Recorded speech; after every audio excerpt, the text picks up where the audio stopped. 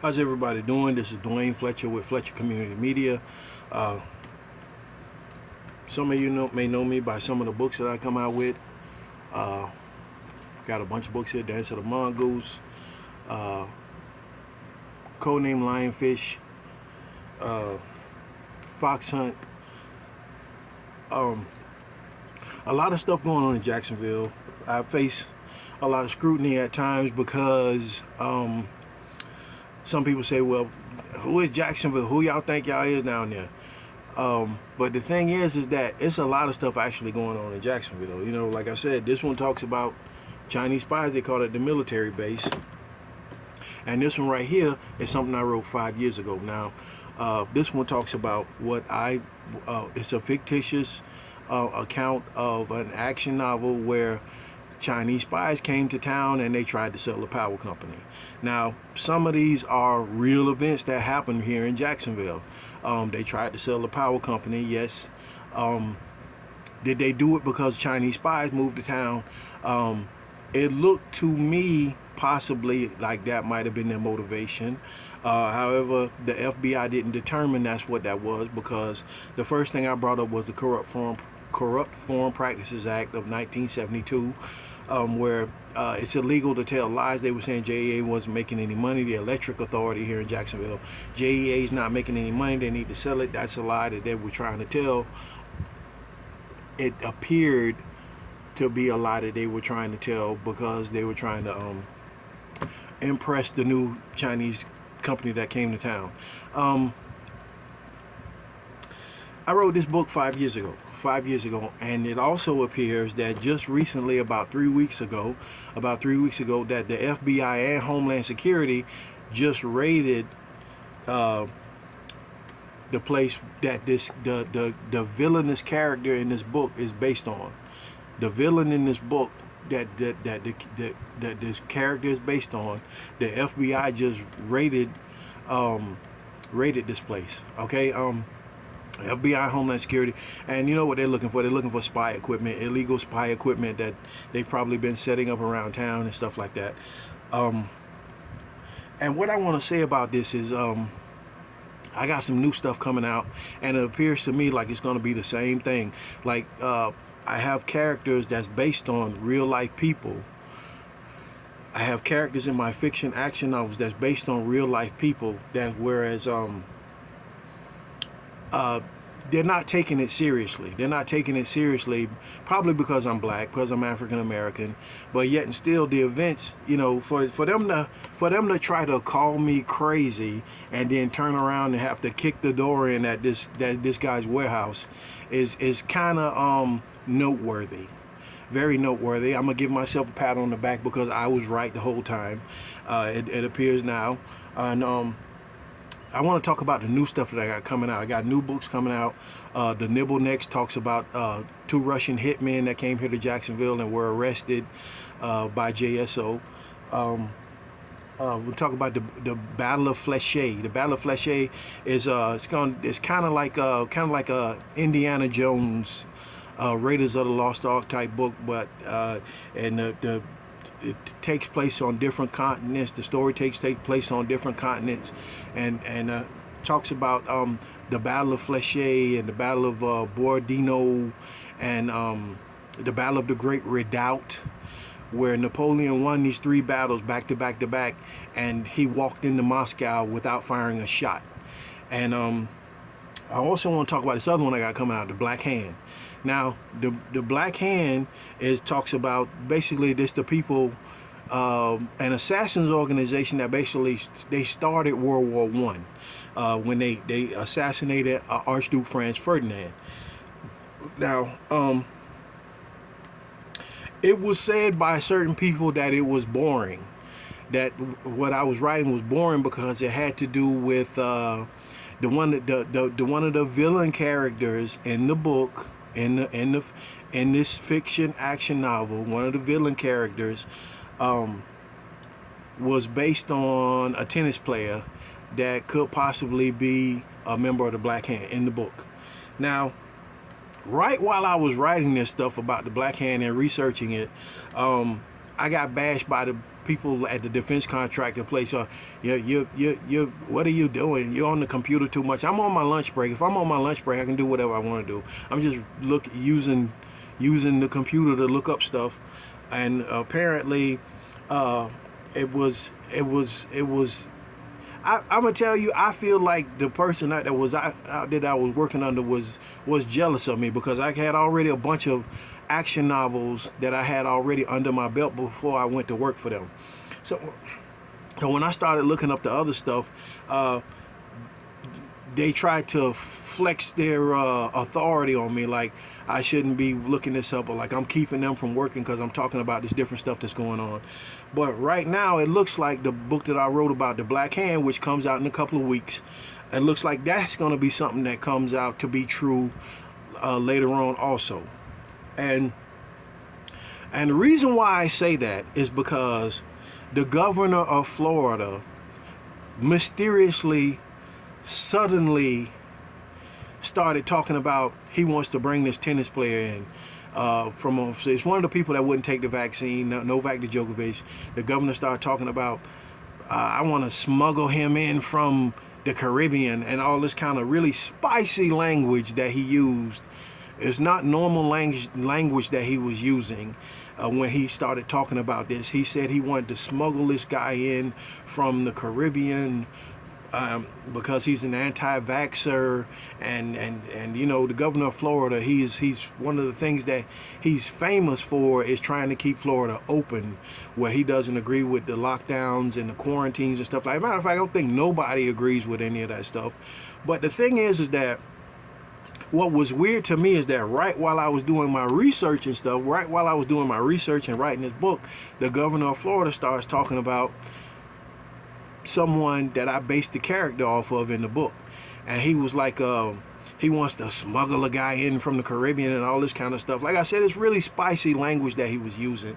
And to me, it looked like, you know, as you know, a bunch of the South Florida Republicans and a bunch of the Florida Republicans, period, not just the South Florida Republicans, but a bunch of them they're upset about Trump losing the election and stuff like that. And so what kind of mixed together in my mind is that, you know, this is weird. What if he's getting this guy, trying to get this guy in to get his organization to go after the president, President Biden or something like that? So I put all of this in the book. I put all of it in the book. That's in the book too.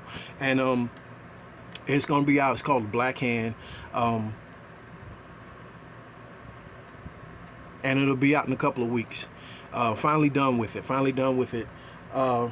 Now, let's talk about some other things. I'm limited for time here because I got a city council meeting to go to this afternoon. So let's talk about what's going on in Ukraine news. As you know, the Ukraine counteroffensive is on, and the Ukrainians are winning. They've been posting some very impressive numbers. We got a ton of American generals, retired American generals, that's been giving the blow-by-blow and commentary on this.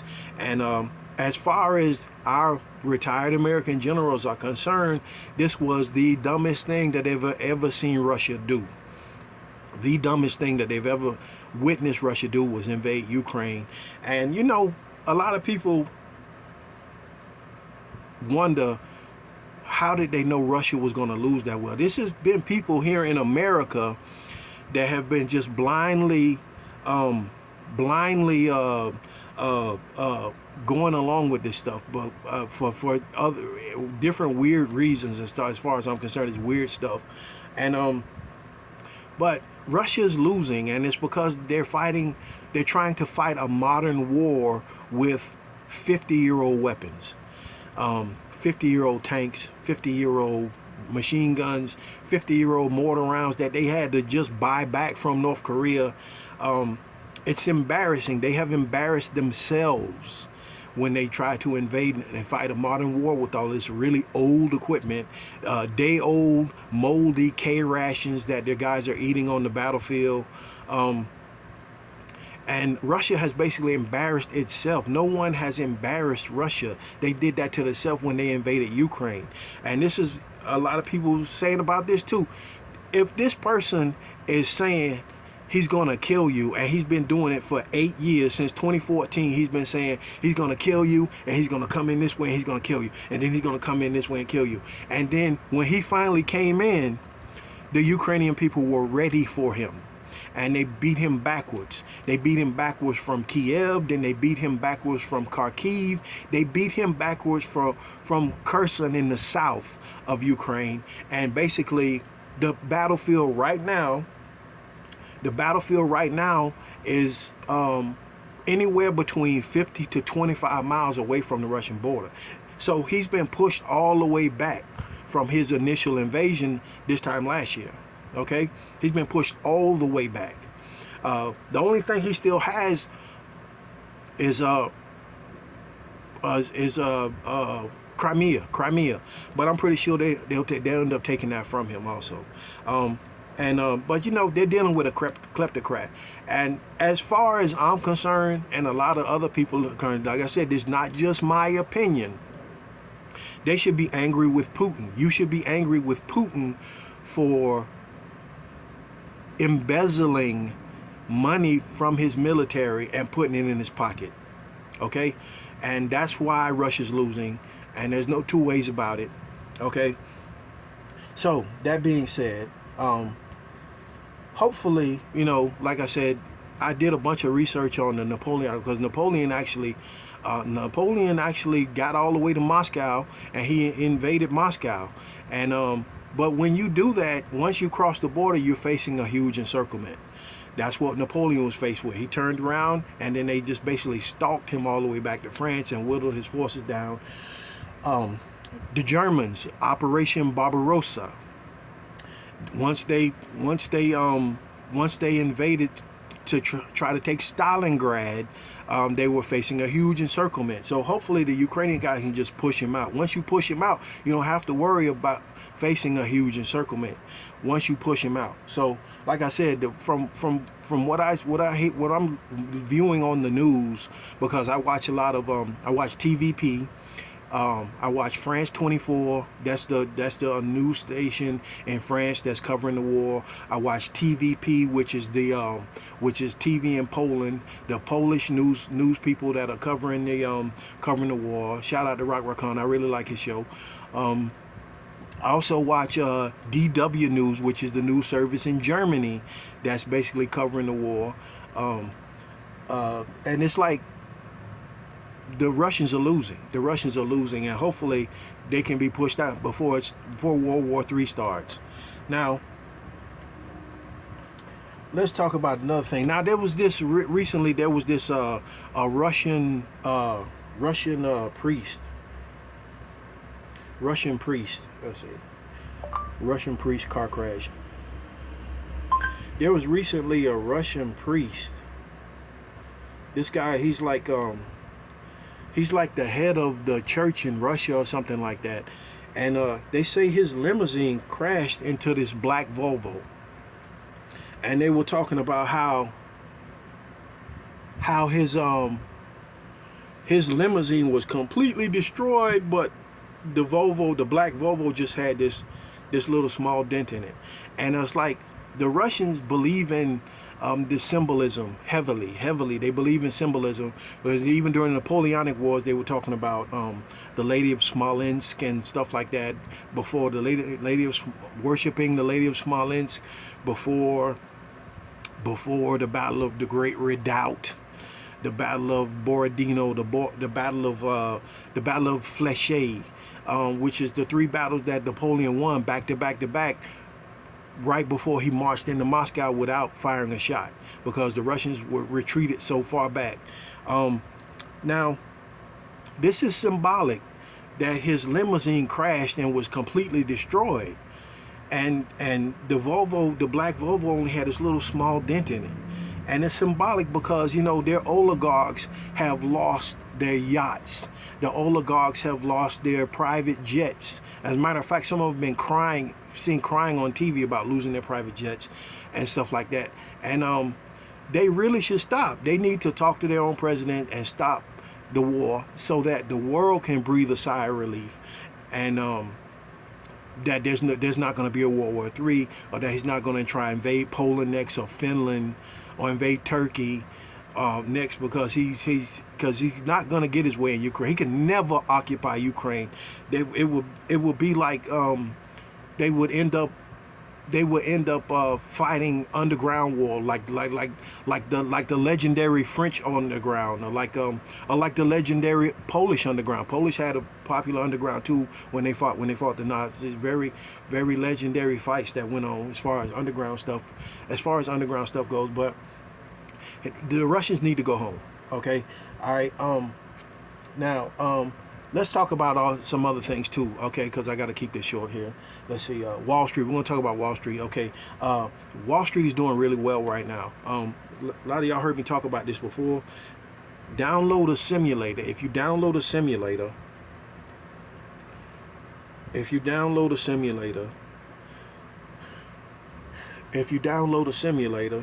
and it'll basically show you the different stocks that are doing well. So you pick your own stocks on the simulator. Let's see, that's the vaccine stocks. They did really well a couple of years ago during the pandemic. But right now the tech stocks are doing really well. Tech stocks are doing pretty good. All this is in the green. All the stocks that I picked in the green. I try to pick companies that are not emotional about what's going on in the news, what's going on in the world, and those are the people that do really, really well. Nvidia's doing well. They just came out with a new product, and everything else took off. All the other tech sectors took off. Amazon, Tesla, Apple, because he's like pioneering new AI, new artificial intelligence chips and stuff like that. And so if you get a chance to download a simulator, and it'll teach you how to monitor the stocks and make some money. Bank stocks are also doing well. The bank stocks, I also created a bank spider here. It was called an XLF for financial. A couple of weeks ago, this was all in the red. This was all red a couple of weeks ago. And it was all red because of the venture capital bank that collapsed out in California. But apparently, the banks have bounced back from that debacle a couple of weeks ago, and everybody's trading again and making money. Banks are doing doing pretty good. Wells Fargo, Bank of America, JP Morgan, PayPal is doing good. Let's see, Morgan Stanley. Let's see, Fidelity's doing well. So what you got? But there's a couple on here. Let's see, I got this other one, Nuvi. That's Ryan Reynolds just bought Nuvi, and as you know, Ryan Reynolds has the Midas touch right now. Every company he buys makes a lot of money. Okay, so get into some of that too. Okay, now what else I want to talk about? Finally, I want to talk about sports.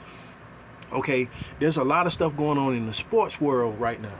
Okay, let's see. LeBron got swept. Oh my God. Some people think that's a conspiracy. I don't see how a team, me personally, I think it's a conspiracy. Okay, because I don't see how a team who has never won a championship would just sweep LeBron. 47 years Denver Nuggets been around. They never won a championship. All of a sudden they sweep LeBron.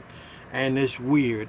And it's just really weird. So they also beat Miami. So Denver Nuggets won the championship, and they're on their way to the White House to shake hands with the president.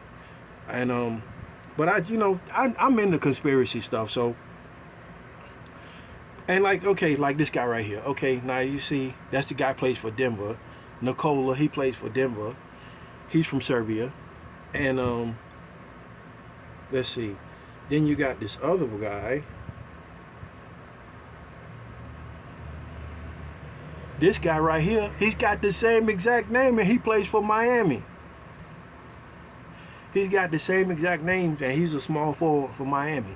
And you don't have to take my word for it, you can look it up, but I'm into conspiracy stuff, and I look up stuff that rhymes like that. And like I said, both of them got the same name and stuff like that, which is weird. I was like somebody arranged it. Somebody somewhere arranged it. The NBA gods or whatever, somebody arranged that to be like that for those two to end up playing each other like that.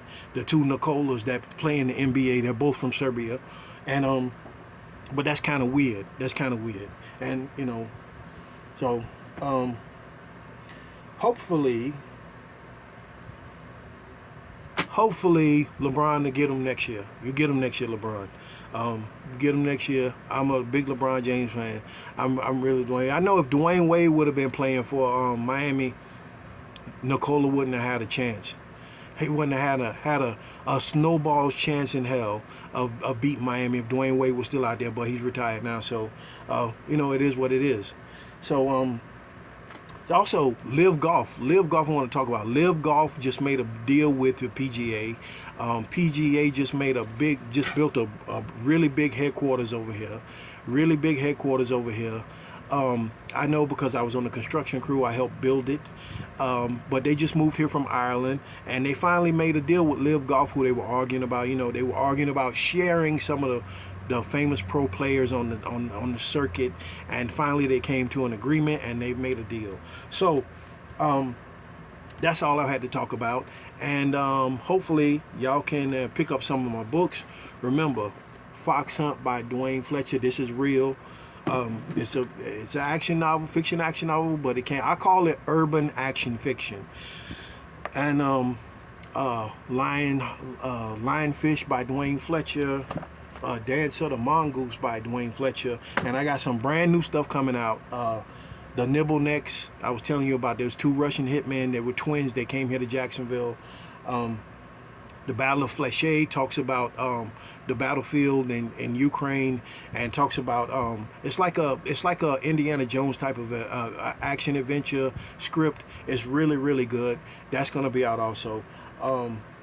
Let's see, and the one that I got coming out called The Black Hand, and I'm really concerned about this one that's good, that I wrote, called The Black Hand, because like I said, all of a sudden while I'm researching this and writing it, the governor of Florida started talking about, this guy, the tennis player that he's talking about, I based one of the fiction characters, the villain, off of this character, because it wasn't hard, because he was arguing with Australia, and Australia was like, Australia was mad. They threatened to take away his passport because he was lying to them, and he had been attending basketball games in Europe. He had been attending all these different basketball games in Europe, and when he got to Australia, he didn't list it on his passport, and that's what he got in trouble for. And they started threatening to take his passport away from him, and stuff like that. So like I said, Governor of Florida started talking about, I'm going to smuggle this guy in. I'm like, why is he talking like that? Smuggle him in? That's kind of weird. So that's all I'm saying. That's kind of weird that the governor of Florida said that. And I just happened to be writing a book about it. I don't know. That's kind of weird, that dude. So Fletcher Community Media, blurb.com. Issues Online Magazine. Check me out, Duane Fletcher, DuaneFletcher, blurb.com, to pick up the books. The new books will be out in a couple of weeks. And so check them out. Blurb.com, Issues Online Magazine. Check out Issue on Twitter. Check me out on Twitter at Issues by FCM. Check me out on Twitter at Issues by FCM. All right, that's it. That's all I got to say. Everybody enjoy their day.